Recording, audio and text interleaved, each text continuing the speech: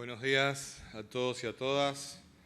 Vamos a proceder a brindar el parte informativo número 460, correspondiente al día 11 de junio de 2021 del Consejo de Atención Integral de la Emergencia COVID-19. Creado, doctor Enrique Servián se llama nuestro consejo, por cierto, nuestro primer mártir del Servicio de Salud Pública por el COVID-19. Este consejo, creado por el decreto del Poder Ejecutivo Provincial número 100 del año 2020, ratificado por ley 1697 de la Honorable Legislatura Provincial. 1.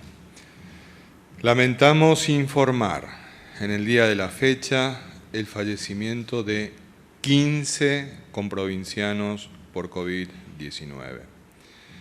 Se tratan de 10 vecinos de la ciudad de Formosa. José, de 92 años. Julio, de 88. Rafael, de 84. Beatriz, de 81. Inocencio, de 77. Erasmo, de 60. Miguel, de 52. Marcos, de 50.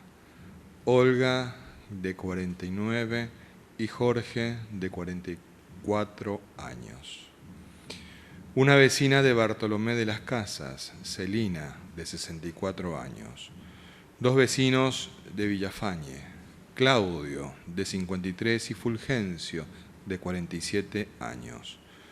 Un vecino de Clorinda, Raúl, de 80 años, y un vecino de Ingeniero Juárez, Miguel, de 41 años de edad. Expresamos nuestras condolencias a sus familiares y seres queridos. 2.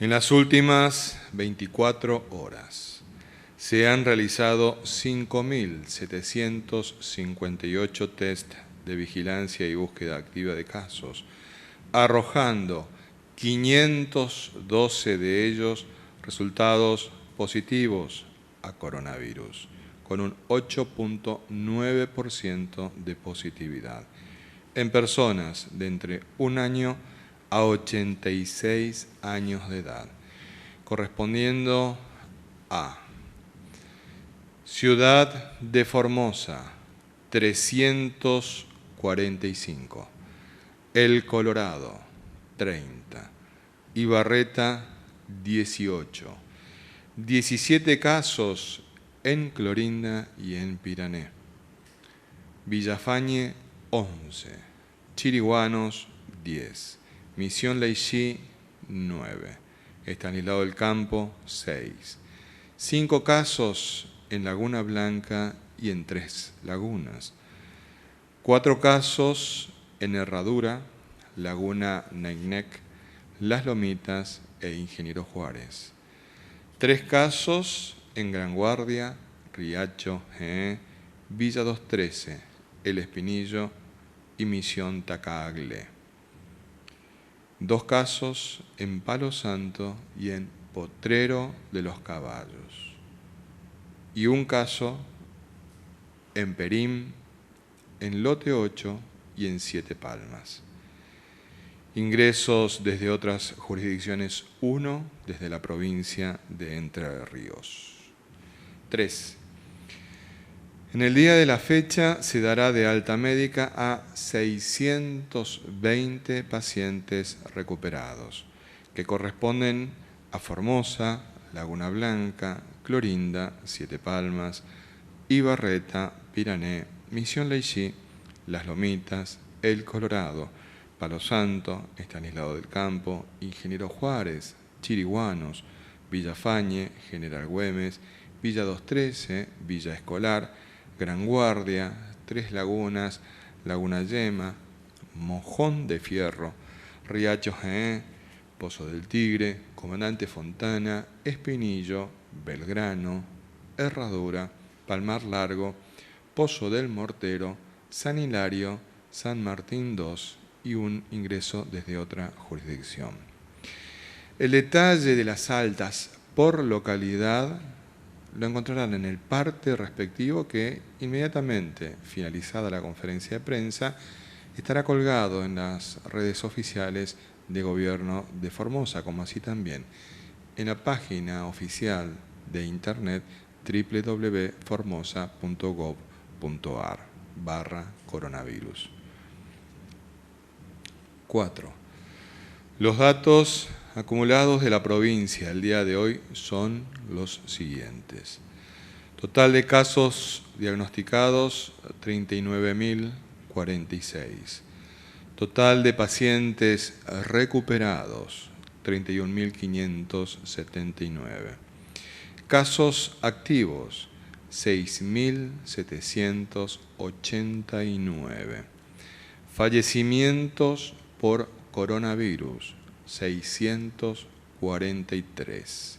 Casos en tránsito con egreso de la provincia, 35. Cantidad de test realizados a la fecha, 627.448, con una positividad acumulada de 6.22%. 5. Los números de las últimas 24 horas relativos a la tarea preventiva que lleva adelante la policía en toda la provincia son los siguientes. Ingresos de camiones de carga, 747. Ingresos a la provincia, 98 vehículos y 226 personas. Control en la vía pública, 40.594 personas y 4.021 vehículos. Infracciones, 3 vehículos y 246 personas por incumplimiento de medidas sanitarias. Violación de cuarentena domiciliaria por contacto estrecho, 2 casos. 6. Avanzando en la campaña de vacunación contra el COVID-19, informamos que ayer recibieron la vacuna las clases 1961 a 1965 de las localidades de General Güemes, Colonia Sarmiento, Fortín Leyes, El Recreo, San Martín II, Fortín Lugones, Colonia La Estrella, Isleta, San Martín I, Posta Santa Fe, Posta Cambio Salazar y Pozo Hondo. También recibieron la vacuna los residentes de las localidades de Bajo Hondo, La Libertad, La Madrid, Fortín Pilcomayo, Guadalcázar, Río Muerto y Puerto Irigoyen, abarcando las clases 1961 a 1976 inclusive. En el día de hoy continuamos con la vacunación en la ciudad capital de las personas que integran los grupos de riesgo de las clases 1991 a 2003 y son convocadas para ello en los establecimientos escolares más cercanos a sus domicilios vía un mensaje de texto. Asimismo, durante el día de hoy y mañana sábado 12 de junio estarán recibiendo la vacuna las clases 1961 a 2003, residentes en las localidades de El Chorro, San Miguel, El Potrillo, Núcleo San Martín, La Brea, El Quebracho, Divisadero, Lote 8, Tucumancito, Santa Teresa, María Cristina, Pozo de Masa, Sombrero Negro y La Rinconada. 7. Con provincianos. Ya son 13 días consecutivos en que el número de pacientes recuperados de COVID-19 supera el número diario de casos nuevos detectados, lo cual nos permite disminuir sostenidamente la cantidad de casos activos de la enfermedad en la provincia. Asimismo, Continuamos trabajando intensamente en la campaña de vacunación en todo el territorio provincial. Este fin de semana estaremos superando las 200.000 dosis aplicadas de la vacuna contra el COVID-19. Necesitamos consolidar esta disminución de los contagios y los pacientes activos mientras avanzamos en la inmunización de la población. Y para ello es fundamental que seamos perseverantes en nuestra conducta responsable, tanto a nivel individual como colectivo, tal como lo expresó el Papa Francisco en el día de ayer. La perseverancia es el don de Dios con el que se conservan los demás dones. Perseveremos en el bien y no perdamos de vista lo importante. Quédate en casa, más unidos que nunca, más firmes que nunca. En Formosa no se rinde nadie. Este ha sido el parte informativo número 460 del Consejo de Atención Integral de la Emergencia COVID-19, doctor Enrique Servián. Es importante señalar de que en nuestra provincia la inmensa mayoría de los formoseños y de las formoseñas se está cuidando de manera individual para poder cuidar de esa manera a quienes ama y así cuidar a toda la comunidad. Ese no es un detalle menor, pero también no es menor el detalle en que estamos llevando adelante juntos, Estado Nacional, Estado Provincial y Pueblo, un acto de amor, un acto verdadero de amor, que es la más formidable campaña de vacunación que tengamos memoria y que es la campaña de vacunación contra el COVID-19 en toda la provincia de manera sistemática,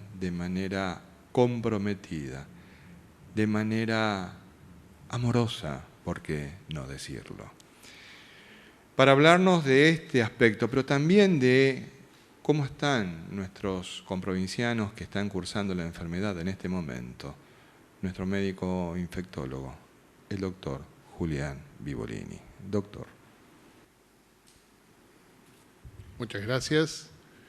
Buenos días, saludos a todos y a todas. Bueno, actualmente siempre hacemos mención que hay un grupo de personas que de todos los que están cursando activamente la infección, a pesar de que obviamente van disminuyendo los casos, siempre hay un grupo que va a necesitar terapia intensiva. Actualmente se mantiene estable esa ocupación. Estamos en 144 hoy también, como ayer, en la cantidad de personas que están necesitando esa unidad para su mejor control.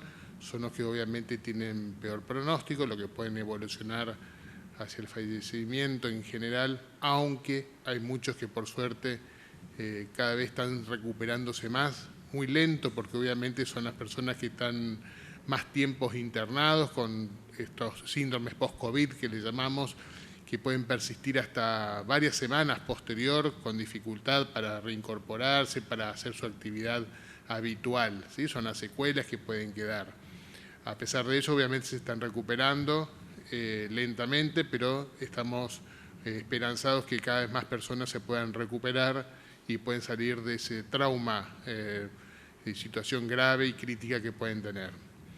Así que estamos viendo que a pesar de que disminuye, siempre hay que pensar que esta disminución de casos se debe a todo el esfuerzo que se está haciendo con estas medidas que se tomaron. Así que estamos reforzando eso, no queremos recaer, tenemos que seguir bajando, sigue siendo todavía un número alto.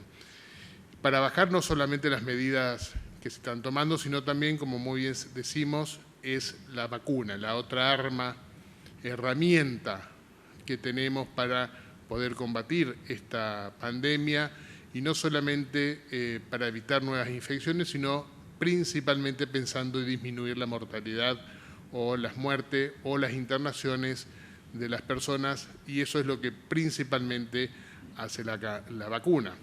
Hoy día, por ejemplo, vemos que se están vacunando acá en Formosa Capital este grupo de riesgo de las personas que nacieron entre 1991 hasta el 2003, los que cumplieron años hasta el día de hoy, porque aquella persona que es del 2003 pero todavía no cumplió los años, por ejemplo, nació en octubre o nació en noviembre, todavía no cumplió los 18 años, va a tener que esperar hasta cumplir 18 años para poder vacunarse.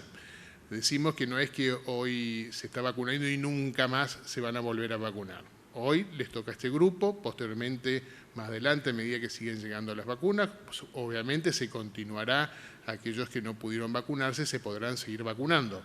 Pero no solamente en Formosa Capital, en este caso el grupo de riesgo, sino también en el interior, ¿sí? En este caso, ya el 100% de aquellas personas que nacieron en 1961 hasta el año 1990, se pueden acercar y van a recibir la dosis correspondiente en distintas partes del interior, como por ejemplo ser el Chorro, el Potrillo, el Quebracho, el Lote 8, Tucumancito, Santa Teresa, María Cristina, Pozo de Masa, La Rinconada y Sombrero Negro. Hoy se están vacunando en todas estas localidades en un operativo inmenso, único, que ha ocurrido hasta en la historia de la vacunación, obviamente de Formosa y en el mundo, porque esta campaña de vacunación masiva es única hasta la actualidad.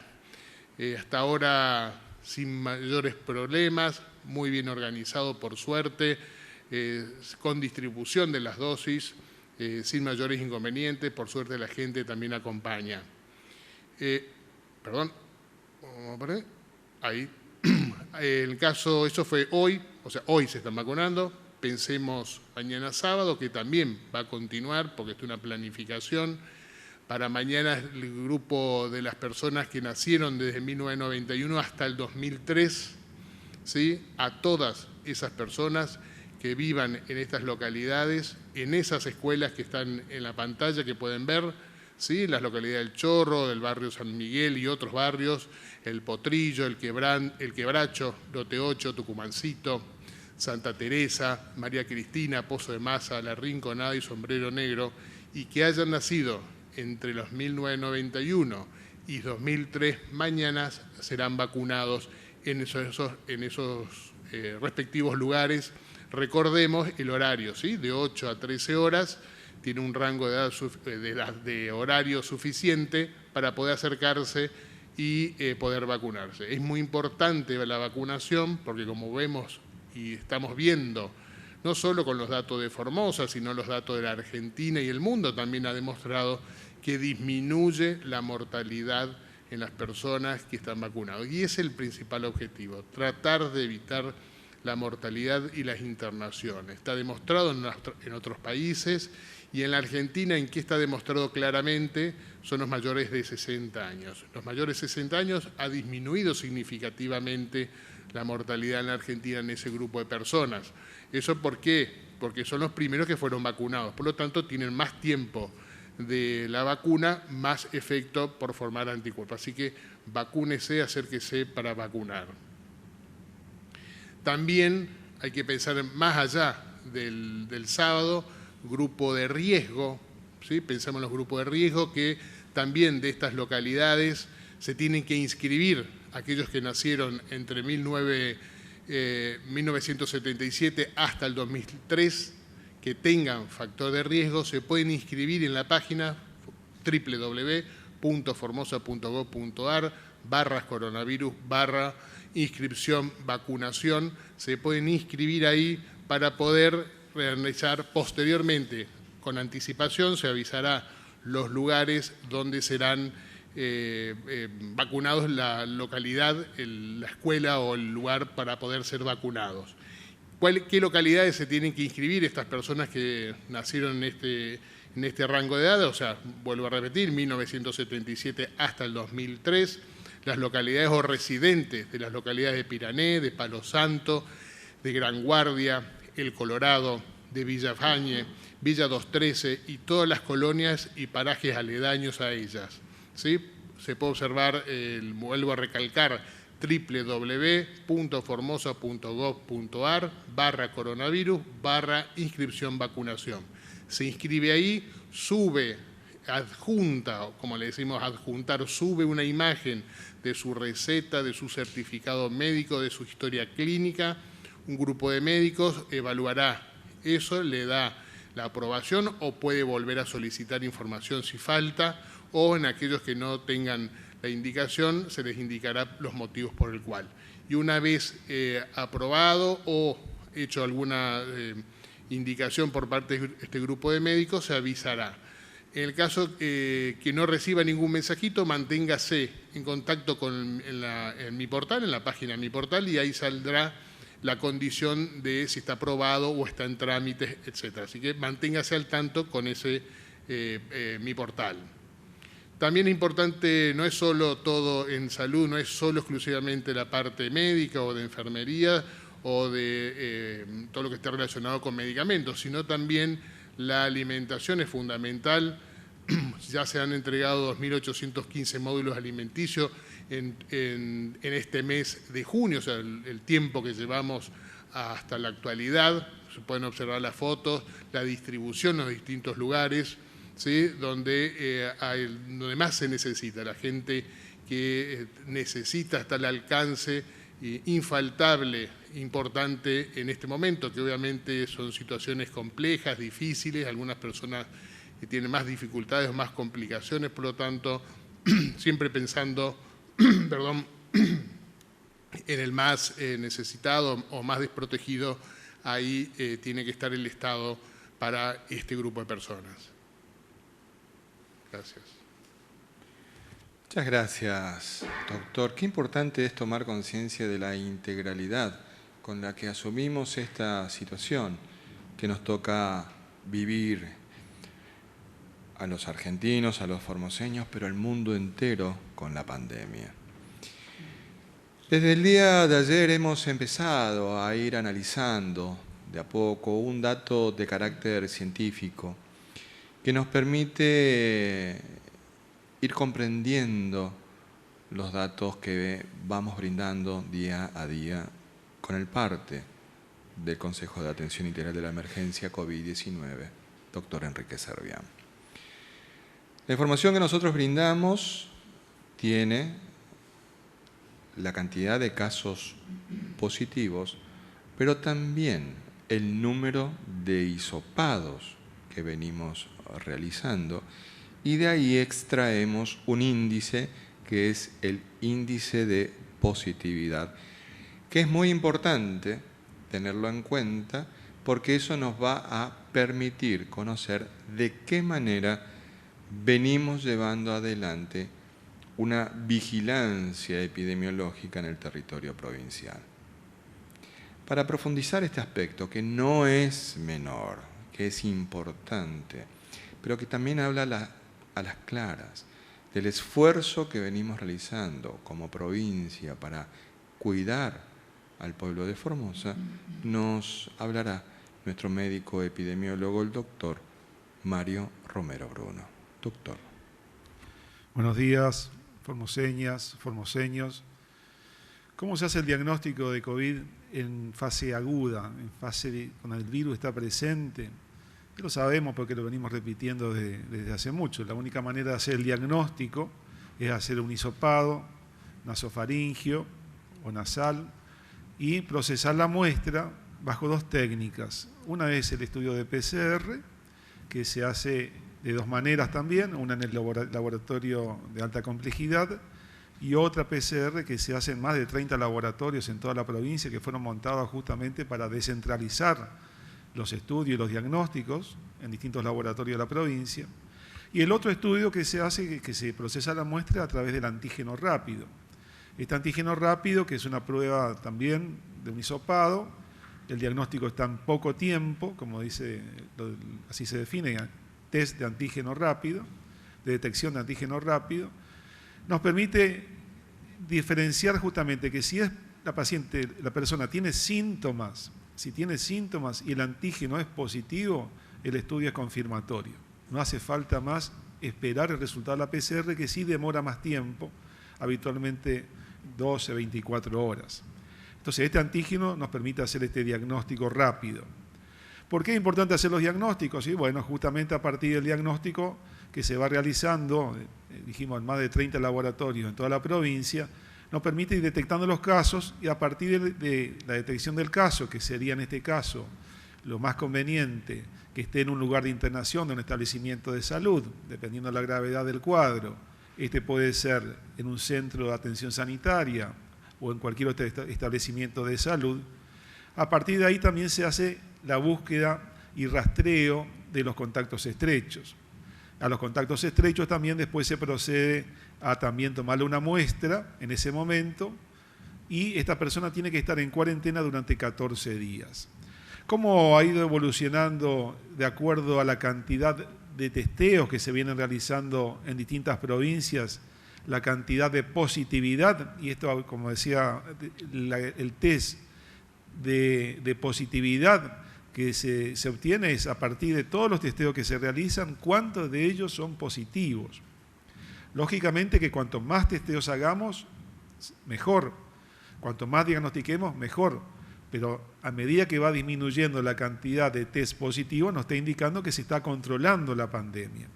¿Cuándo hablamos de que tenemos un control de la pandemia? Cuando el índice de positividad está por debajo del 5%. Entonces uno tiene un relativo control. Recordemos que días anteriores hablamos casi de un 13, 14, 15% de positividad. El resultado del día de hoy, con 5.558 testeos realizados, es del 8.9%, es 5.758 testeos realizados, es de 8.9 test positivos de lo que se ha hecho en toda la provincia. Comparado esto al resto de las provincias de Argentina, por ejemplo, primero vamos a controlar el número absoluto. Nosotros estamos haciendo casi 6.000 test por día. ¿Cuánto hace Capital Federal, que tiene muchísimo más población que nosotros? 3.500. Prácticamente la mitad de lo que hacemos nosotros con muchísimo más cantidad de población. Lo mismo el Chaco, 3.000. Córdoba sí realiza un poco más de testeos, 25.000. Mendoza también, otra ciudad, otra provincia muy grande, hace 5.000 y pico, igual que Corrientes hace 6.800, Santa Cruz 1.300, San Luis 2.900, Jujuy 1.400, La Pampa 1.100, San Juan 1.600. Fíjense que la gran mayoría de las provincias realizan menos testeos de lo que estamos realizando nosotros. ¿Y cuál es el índice de positividad que tienen? Fíjense, Capital Federal un 47%, casi la mitad de los testeos que está realizando son positivos. Lo mismo ocurre con ciudades, con provincias como Santa Fe, casi el 43% de las muestras son positivas. Somos en este momento, con la cantidad de testeos realizados y la cantidad de diagnósticos positivos, somos una de las provincias que estamos teniendo un mejor índice de positividad y así tenemos que seguir trabajando. Por eso las recomendaciones son fundamentalmente para las personas que tienen algún síntoma, no dejar pasar los días, sino que realizarse el estudio rápidamente. Las personas que son contactos estrechos, que ellos se consideran que estuvieron en contacto con un caso positivo, realizarse el test correspondiente, mantenerse en cuarentena, repetir el test a los 5 días y a los 10 días. Eso nos permite seguir controlando esta situación. De eso dependemos para que vaya disminuyendo la cantidad de casos. Esta es una curva, que es una curva de nación, pero fíjense cómo comenzó, igual que ocurre en todos los lugares, cómo ha comenzado la pandemia. El caso al principio, en el margen izquierdo de la curva, el 100% de los casos eran importados. Así ingresa el virus, así ingresó el virus en la Argentina, así ingresó el virus en Formosa, de personas que han traído el virus fuera de la provincia. Y esto recordemos que fue fundamentalmente en mayor cantidad justamente a fines del año pasado. Y a partir de ahí van disminuyendo el porcentaje de los importados y va aumentando progresivamente la cantidad de casos en rojo, que son los contactos estrechos. A partir del aumento de los contactos estrechos, después sí se mantiene una curva ascendente descontrolada, que es la transmisión comunitaria. Actualmente en Argentina más del 70% de los casos son por transmisión comunitaria. Es lo mismo que nos está pasando a nosotros. De la cantidad de casos que estamos diagnosticando diariamente, de 5.700 o 6.000 casos por día, el 70% y más son por transmisión comunitaria. El resto, un 20 o 25%, lo mismo que ocurre actualmente a nivel nacional, es por contactos estrechos. Hay un porcentaje de casos que no lo determinamos y ya cobra mucho menor importancia los casos que vienen de afuera. Sí es importante en este momento tener en cuenta que los casos de afuera pueden traer las variantes nuevas y eso sí nos preocupa, que los casos que vienen de afuera pueden traer una de las variantes que está circulando en el resto del país. Además de la Manaos, están circulando otras variantes y algunas muy preocupantes como la variante india. Ahora, ¿cómo hacemos la curva al revés? Tenemos que volver a un estado como estábamos al principio. Entonces, retrocediendo la curva, lo primero que tenemos que entrar a disminuir la transmisión comunitaria. Y la transmisión comunitaria se logra disminuyendo la circulación de las personas, disminuyendo la cantidad de contactos. Entonces vamos a ir disminuyendo la cantidad de casos al disminuir también los contactos con casos positivos. Por otro lado, detectando rápidamente los contactos estrechos. Y en esto, recordemos quiénes son los contactos estrechos más importantes, los convivientes. Los convivientes, prácticamente más de la mitad de los convivientes se contagian. ¿Quiénes son otros contactos estrechos? Las relaciones laborales. Los contactos laborales y sobre todo en ambientes cerrados o mal ventilados, sin el uso del barbijo. Y después siguen los contactos sociales, que son familiares no convivientes, amigos, reuniones, que también eso cobra gran importancia, sobre todo en personas más jóvenes. Entonces, son donde tenemos que ir disminuyendo la cantidad de casos, que para salir de este color rojo del semáforo, tenemos que tener menos de 50 casos por día. Todavía estamos reportando 512, que si bien es esperanzador y evidentemente están dando resultados, es difícil bajar esta montaña de casos tan rápidamente. Entonces, en eso tenemos que seguir manteniendo las disminuciones en la circulación, en disminuir los contactos, en aumentar los cuidados personales y seguimos insistiendo, el barbijo sigue siendo el elemento más importante para reforzar nuestro cuidado, además del distanciamiento social y mantener los espacios ventilados. Así que tenemos que ir progresivamente disminuyendo la cantidad de casos, disminuyendo la transmisión comunitaria, evitando los contactos estrechos y, por supuesto, manteniendo los controles que hacemos al ingreso de la provincia. Gracias. Muchas gracias, doctor. En estos tiempos es clave el rol, siempre lo es, pero cuando estamos en una pandemia, el rol de la prensa es fundamental.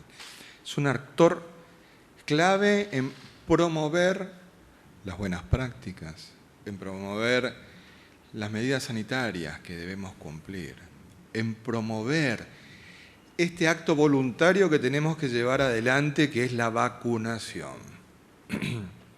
Sin embargo, en la Argentina de hoy hemos visto que muchos no lo quisieron hacer. Por eso tenemos un porcentaje de personas que no quieren vacunarse por todo lo que le metieron en la cabeza, quienes, utilizando las herramientas periodísticas, jugaron un partido estrictamente político electoral. Por eso reivindicamos siempre el rol del periodismo comprometido con la realidad de los pueblos y acompañando sus procesos. Vamos entonces con las preguntas de los señores periodistas y de las señoras periodistas. Buenos días, señora Dolores. Muy buenos días. La primera pregunta es de María de Los Ángeles Delgado, Red de Medios Privados de Comunicación y para la producción de Provincia con Aroma de Mujer.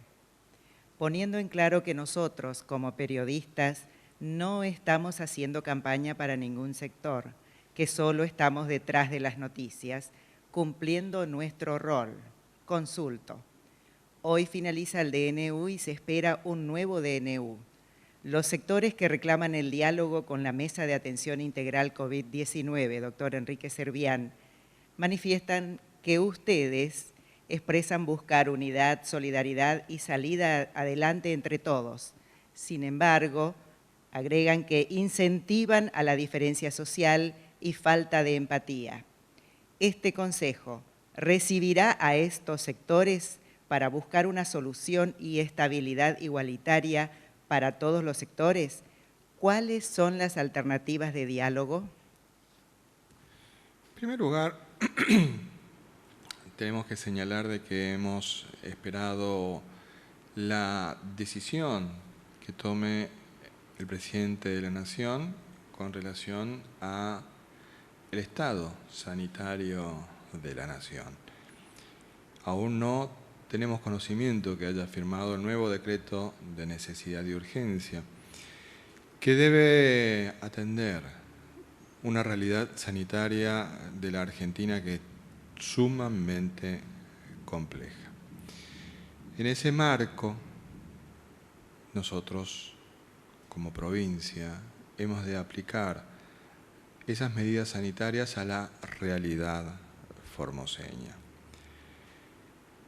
Y en ese sentido, hemos de señalar de que hay un dato que es elocuente y que es que estamos descendiendo lentamente la tasa de contagios.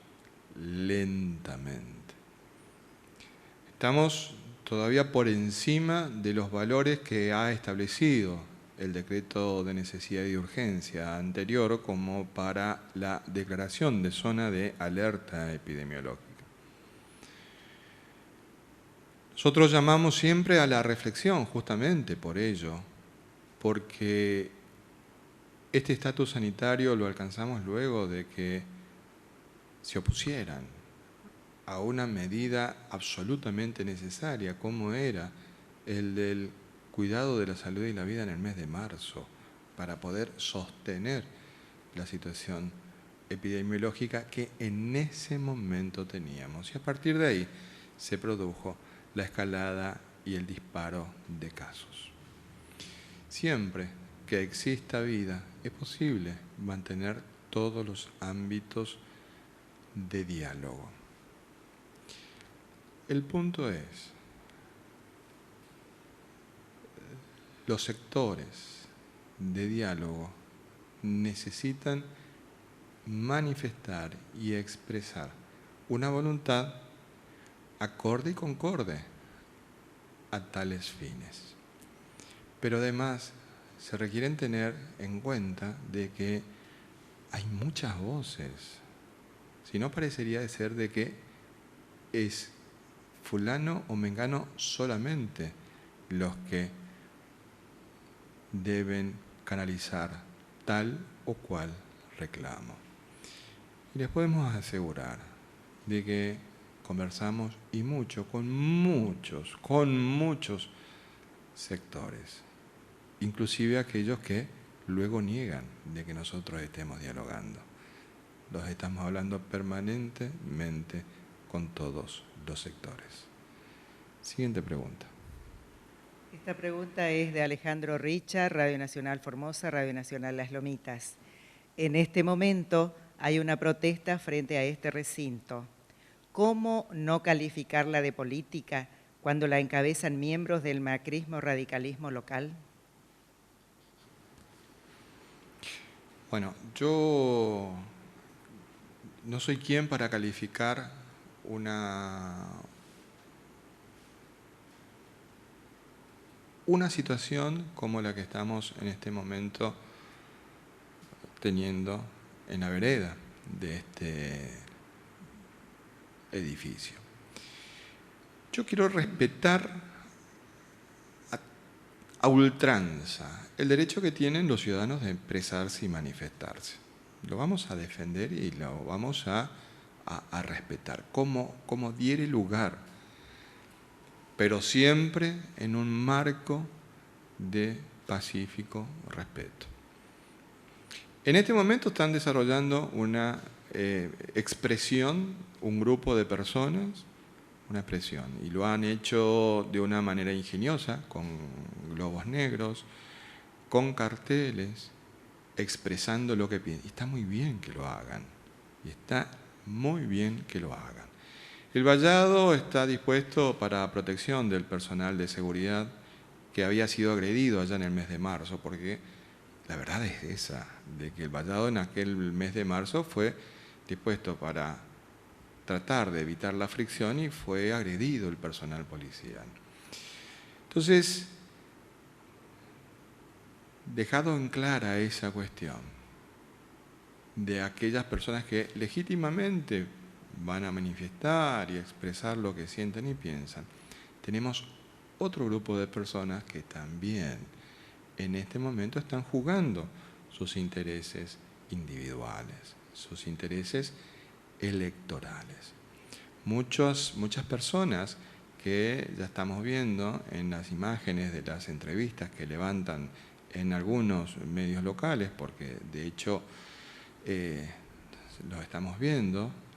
Recuerden ustedes que les he contado en el día de ayer de que hay un equipo que permanentemente está trabajando en mirar lo que está preguntando el interés de las personas para poder comentarnos. Y también nos pasan algunas imágenes de quienes en ese momento están hablando y vemos que hay muchos diputados, concejales, hay algunos que también en el rol de periodistas están jugando una candidatura.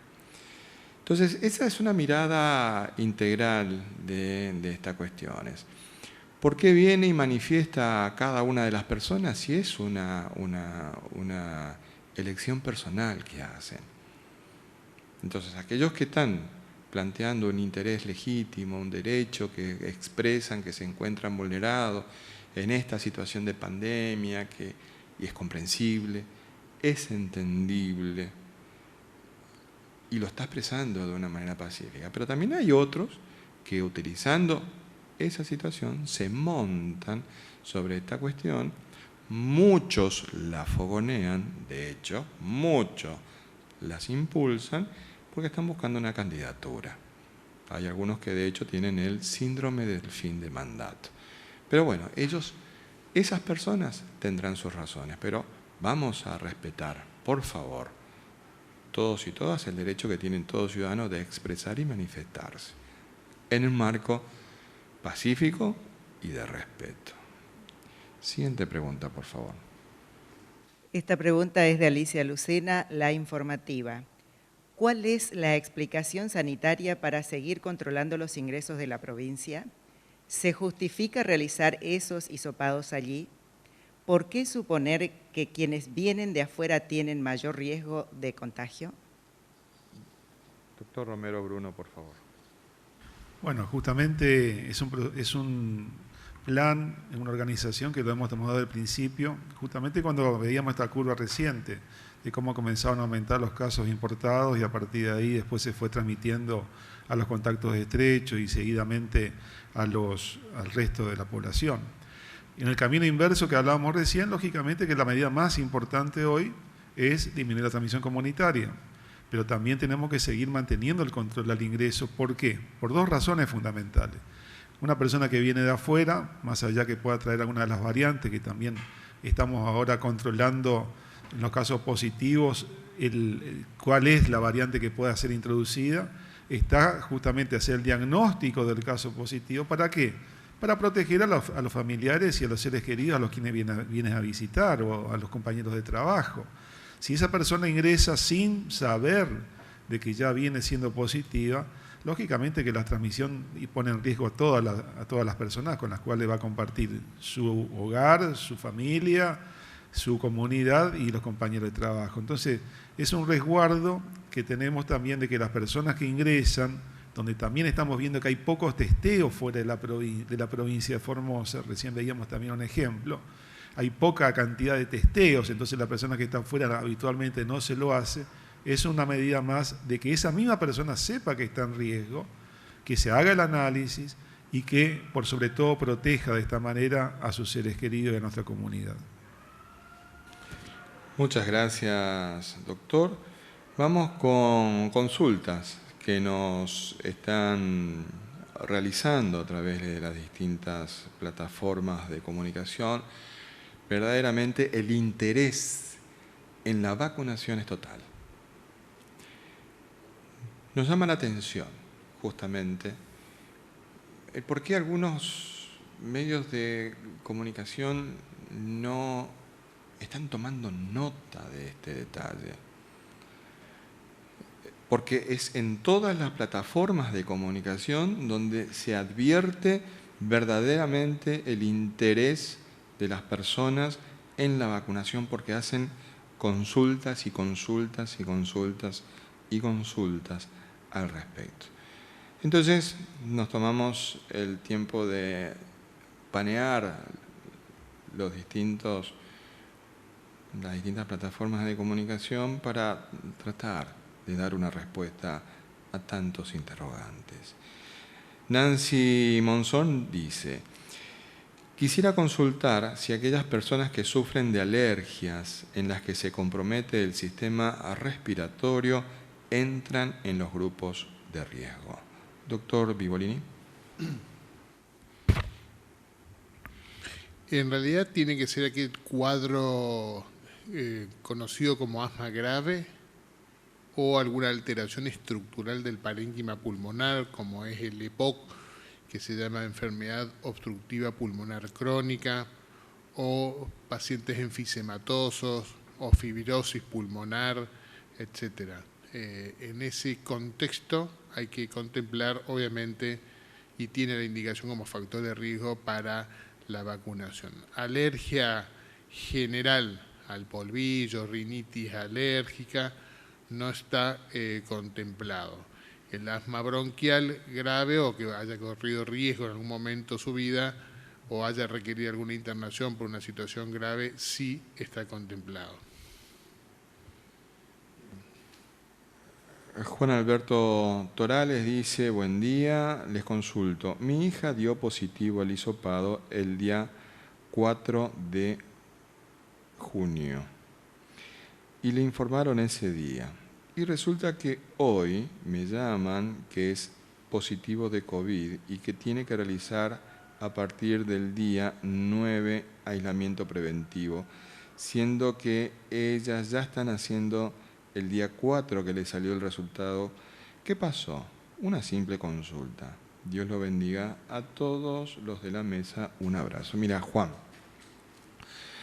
la cuestión es la siguiente. La comunicación telefónica que pudo haber llevado adelante el operador es una comunicación de notificación, de aviso. Eso no significa que en el sistema no esté registrado el momento en el que el hisopado arrojó un resultado positivo. Entonces, esa primera comunicación se va a repetir en el transcurso de los días, haciendo el seguimiento de la situación clínica de tu hija. Y en la ficha médica que aparece en el sistema, que no lo tiene el operador, sino el médico, va a aparecer la fecha en la que debe volver a hacerse los controles para poder de esa manera brindarle el alta una vez que cumpla la evolución. Es simplemente eso, Juan. Otra consulta que nos formulan y nos realizan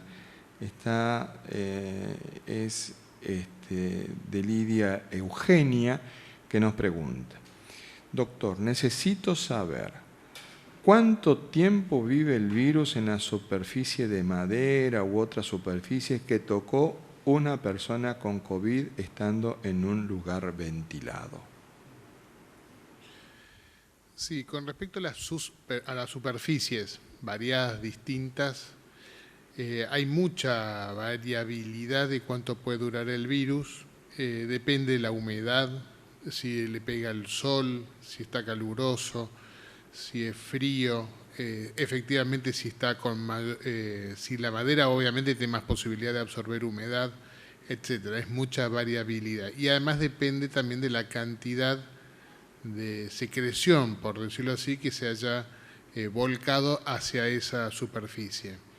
La posibilidad de que una superficie transmita la infección es sumamente rara, no está hoy día corroborado 100% de seguridad que eso ocurra. Que es una posibilidad, es una posibilidad. Debería ser un evento donde yo me toso o estornudo sobre mi mano, me llevo mucha cantidad de secreción, obviamente, porque me estornudé o tosí sobre mi mano e inmediatamente toco una superficie. Y ahí inmediatamente alguien toca la misma superficie. Obviamente va a estar la secreción fresca y de ahí a su vez me la llevo hacia el rostro. O sea, tienes un evento un poco escatológico, si me pudieron interpretar. Ahora, que alguien solamente por tener las manos sucias y toca una superficie y queda un tiempo ahí, es sumamente o poco probable que ocurra una transmisión de esa vía. La vía de transmisión es vía aérea. Que obviamente las manos pueden transmitirlo, sí, pero no es la principal vía de transmisión. La principal vía de transmisión es la vía aérea. Hablar, toser, estornudar, cantar, reírse, elimina las secreciones y es lo que viaja por el aire y uno inhala, por eso insistimos en el uso del barbijo. Gracias, doctor. Marina Juárez Collado nos pregunta, doctor Romero Bruno, por favor, ¿puede explicar usted cuál es el alta epidemiológica y cuál el alta, el alta clínica en los pacientes que tuvieron COVID? Bueno, una pregunta de una colega. Saludos. Realmente el alta epidemiológica es el alta cuando la persona ya ha transcurrido primero, si es un caso asintomático leve, 10 días. A partir del 10º día, ya por estudios realizados, no es necesario realizar una PCR que documente que no tenga el virus, sino que esa persona ya se le da el alta epidemiológica. En los pacientes que ya han portado un cuadro ya más moderado o grave, estuvieron internados, es necesario realizar 2 PCRs con un intervalo de 48 horas y que sean negativos. Es ahí recién cuando certificamos también el alta epidemiológica y decimos que esa persona ya no porta el virus ni lo puede transmitir. El alta clínica, realmente lo que estamos viendo ahora es pacientes que ya tienen PCR negativa, o sea que ya tienen una comprobación de que no tienen el virus, siguen permaneciendo con necesidad de atención médica, de enfermería, de kinesiología, de oxígeno. Entonces uno no puede darle, hasta que esa persona no pueda autovalerse, sin necesidad de oxígeno, el alta médica, el alta clínica. Incluso esos pacientes pueden permanecer crónicamente durante un tiempo, que es lo que estamos viendo, y seguir controlando a estas personas porque quedan con secuelas. Entonces esa persona no tiene el alta médica, no se curó definitivamente la enfermedad porque quedan con secuelas, entonces queda todo un proceso de rehabilitación. Entonces en este momento justamente lo que hace a la alta médica es que una persona sature más de 92% sin necesidad de oxígeno. Entonces eso nos permite decir que va a poder hacer su vida relativamente de a poco, pero sin necesidad de oxígeno. En algunos casos inclusive estamos dando altas de pacientes que requieren oxígeno a domicilio. Todavía se consiguen concentradores de oxígeno, equipos de oxígenos portátiles, que esa persona todavía va a seguir requiriéndolo en su domicilio, porque todavía no se curó. Y en esto es todavía lo que nos queda todavía un periodo que llega hasta los 30 días, que es lo que se conoce como COVID persistente o long COVID. Entonces esos cuadros todavía permanecen dentro de lo que puede ser el riesgo de complicarse y aún fallecer, aún también de presentar algunas complicaciones de sobreinfección, que también al dar de alta tenemos que estar seguros de que esa persona no se sobreinfectó con otro germen. Así que bueno, realmente el alta epidemiológica es más fácil que el alta clínica. El alta clínica todavía requiere aún más tiempo. Gracias, doctor. Y vamos con la última, y esta es verdaderamente una pregunta que la hacen varias personas, pero es fundamental la respuesta porque no es menor esta diferencia que nos va a hacer el doctor Vivolini. La pregunta es de Ruby Sanabria. Dice, ¿podría ponerme la segunda dosis de Sinopharm ya que está por cumplirse 3 meses que me hice la primera dosis de la Sputnik V. Soy asmática e hipertensa. Conteste, por favor. Lidia Sanabria, que evidentemente le dicen Ruby. Gracias, Lidia. Doctor. Con respecto a las vacunas, intercambiar vacunas es un proceso que está en estudio. En algunos lugares se está por plantear eso, pero no todas las vacunas están estudiadas para intercambiarse. Hay un estudio en España que, por ejemplo, entre la AstraZeneca y la Sputnik, o como una y segunda dosis, o a la inversa, primero Sputnik y después AstraZeneca. Y así sucesivamente. O sea, hay varias, con la Pfizer también, y se están estudiando varias alternativas, pero son estudios aún que todavía no están terminados, por lo tanto, como no están terminados, todavía no se puede hacer ninguna recomendación. Por lo tanto, lo que hoy todavía yo pudiese contestarle es que si se aplicó la Sputnik, se tiene que vacunar con la Sputnik en la segunda dosis. No se puede todavía intercalar.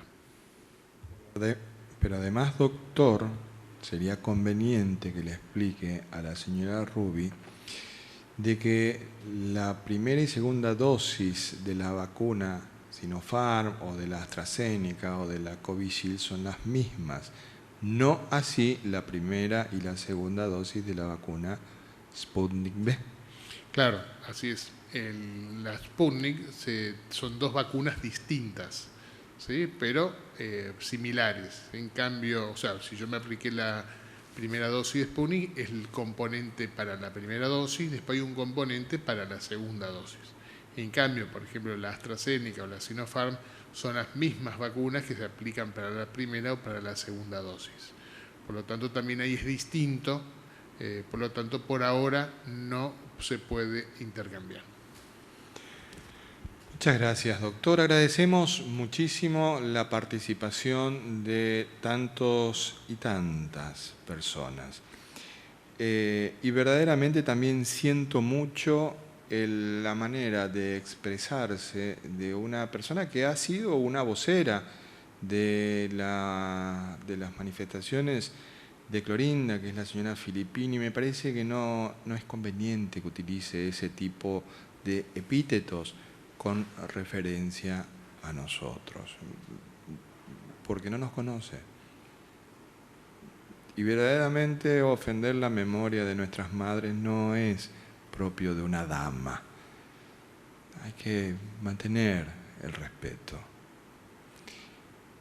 Los esperamos mañana en una nueva conferencia de prensa. Que Dios y la Virgen nos cuiden y protejan.